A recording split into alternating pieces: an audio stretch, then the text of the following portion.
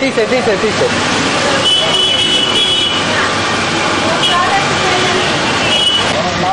జోరుగా లాగు, ఊపో, గట్టి ఊపో, మళ్ళీ లాగు.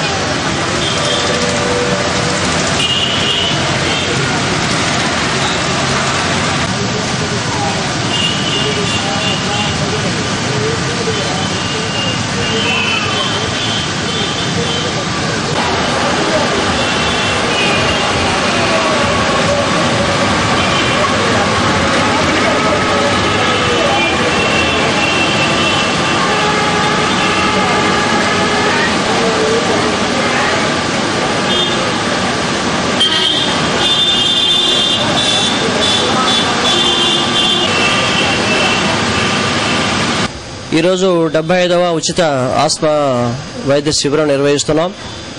ఇది ప్రతి నెల ఈ కార్యక్రమం ఆఖరి శనివారం ముఖ్యంగా పేద పేషెంట్స్కు ఉద్దేశించి ఈ కార్యక్రమాన్ని జరుపుతున్నాం బాబా దయ వల్ల.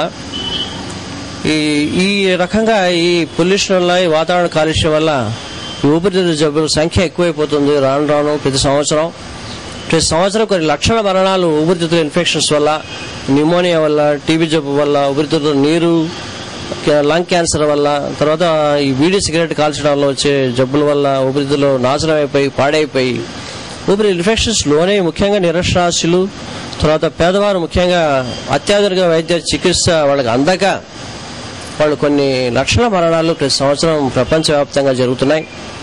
ఇది దృష్టిలో ఉంచుకొని ఈ ఊపిరితిత్తుల ఇన్ఫెక్షన్స్కి ముఖ్యంగా టీబీ జబ్బు కానివ్వండి, ఆస్మా జబ్బు కానివ్వండి, ఉచితంగా మందులు ఇవ్వాలనే లక్ష్యంతో, దైవ సంకల్పంతో ఈ కార్యక్రమం మందుల కంపెనీ వాళ్ళ సహకారం తీసుకొని వాళ్లకు ఈ మందులు ఉచితంగా పంపిణీ చేస్తున్నాం. ఈ రకంగా ప్రతి సంవత్సరం ప్రతి నెల ఆఖరి శనివారం ఈ ఉచిత క్యాంప్స్ నిర్వహిస్తూ ఈ పేదలకు కొద్ది గొప్ప ఆదుకున్న వారికి మాకెంతో ఆత్మవిశ్వాసం, ఎంతో సంతోషంగా ఉంది. ఎందుకంటే వాళ్ళలో చూసే స్పందన పేదలలో, ఎందుకంటే ఇది ప్రైవేట్లో ఉచిత వైద్యం. ఇది చూడండి, ఒక స్పెషలిస్ట్ డాక్టర్ చేత ప్రతి నెల ఆఖరి శనివారం fixed day free camps with free distribution of medicines. ఒక స్పెషలిస్ట్ చేత ప్రైవేట్లో ఉచిత వైద్యం అందిస్తున్నాం అంటే నిజంగా దైవ అనుగ్రహమే. తర్వాత ఈరోజు కూడా ఊపిరితిత్తుల పని సామర్థ్యం తెలిపే స్పైరోమెట్రీ పరీక్షలు కూడా జరుపుతున్నాం. దాదాపు బయట అయితే బయట కార్పొరేట్ హాస్పిటల్స్లో అయితే దాదాపు 450-500 విలువ చేసే ఆ ఊపిరితిత్తుల పని సామర్థ్య పరీక్షలు కూడా ఈరోజు ఉచితంగా పేషెంట్స్కు అవసరమైన వారికి ఉచితంగా నిర్వహిస్తున్నాం. ప్రతి నెల కూడా సాధ్యమైనంత వరకు ఈ స్పైరోమెట్రీ పరీక్షలు కూడా ఈ క్యాంపుల్లో మేము ఉచితంగా పేషెంట్స్కు ఉచితంగా చేయిస్తున్నాం. సో ఈ రకంగా ఆస్మా వాతావరణ కాలుష్యం వల్ల దాదాపు 50% పేషెంట్స్ ఆస్మా వ్యాధిగ్రస్తులు ఎక్కువ అవుతున్నారు.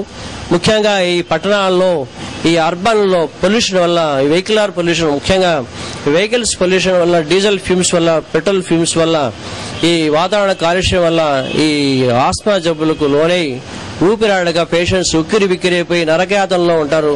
వాళ్ళ క్వాలిటీ ఆఫ్ లైఫ్ తగ్గిపోతుంది, వాళ్ళు పనిచేసే సామర్థ్యం తగ్గిపోతుంది. వాళ్ళు ఎంత చదువుకున్నా సరే వాళ్ళ ఈ ఆయాసంతో, ఈ పేపర్లు కదిలిస్తే ఆఫీసులో ఆయాసం, దుమ్ముదుళ్ళకి ఆయాసం, వాతావరణం మారితే ఆయాసం, మబ్బులు మోడాలు వస్తే ఆయాసం.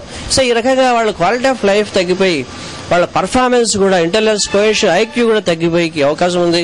ఈ వాతావరణ కాలుష్యం వల్ల ఆస్మా, ఊపిరితిత్తుల జబ్బులే కాదు, అలర్జీ జబ్బులు, కంటి జబ్బులు, చర్మపు జబ్బులు, గుండె జబ్బులు, బుద్ధి మాంద్యము, ప్రిమచ్యూర్ డెత్స్, ఎయిర్ పొల్యూషన్ వల్ల. ఈ air pollution is silent killer.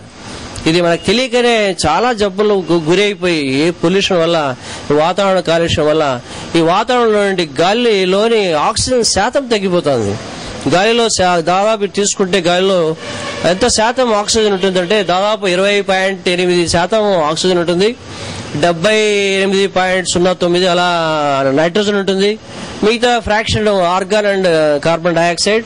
So ఈ రకంగా ఈ అర్బన్ పొల్యూషన్ వల్ల కార్బన్ డైఆక్సైడ్ శాతం ఆక్సిజన్ వాతావరణంలోని గాలిలో తగ్గిపోతుంది. సో ఈ నిష్పత్తుల్లో తేడా వచ్చేసి ఎక్కువగా వీళ్ళతో ఎక్కువగా జబ్బులకు, వాతావరణ కాలుష్య జబ్బులకు గురైపోయి ముఖ్యంగా ఊపిరితిత్తుల జబ్బులు, గుండె జబ్బులు లోనైపోయి మరణాలు సంభవిస్తున్నాయి.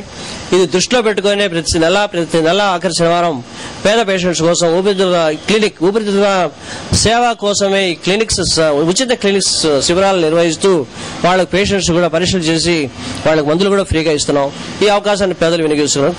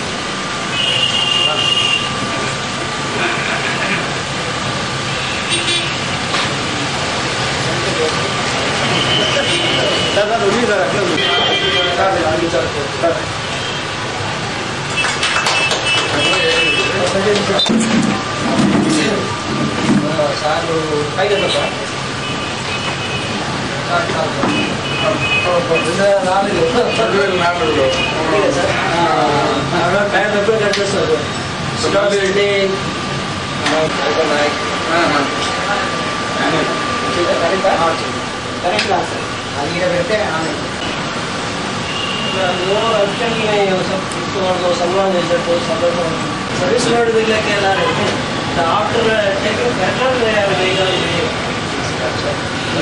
చేశారు. డిఆర్ఓ వల్ల వచ్చారు కర్నూలు జిల్లాకి. వారి విశేష కృషి వల్ల, పట్టుదల వల్ల, కమిషనర్ వల్ల వారికి 2 గోల్డ్ మెడల్స్ అవార్డులు వచ్చాయి. ఈ వాతావరణ కాలుష్యం వల్ల విపరీతమైనటువంటి ఇన్ఫెక్షన్స్ లోనై ప్రవర్తనలు కూడా మనం లోనవుతున్నాం. మనకి తెలియజేయడం తెలుస్తున్నాం. అది నేరుగా ఊపిరితిత్తుల ఉచిత ఆస్మా మరియు అలర్జీ శిబిరానికి హాజరైన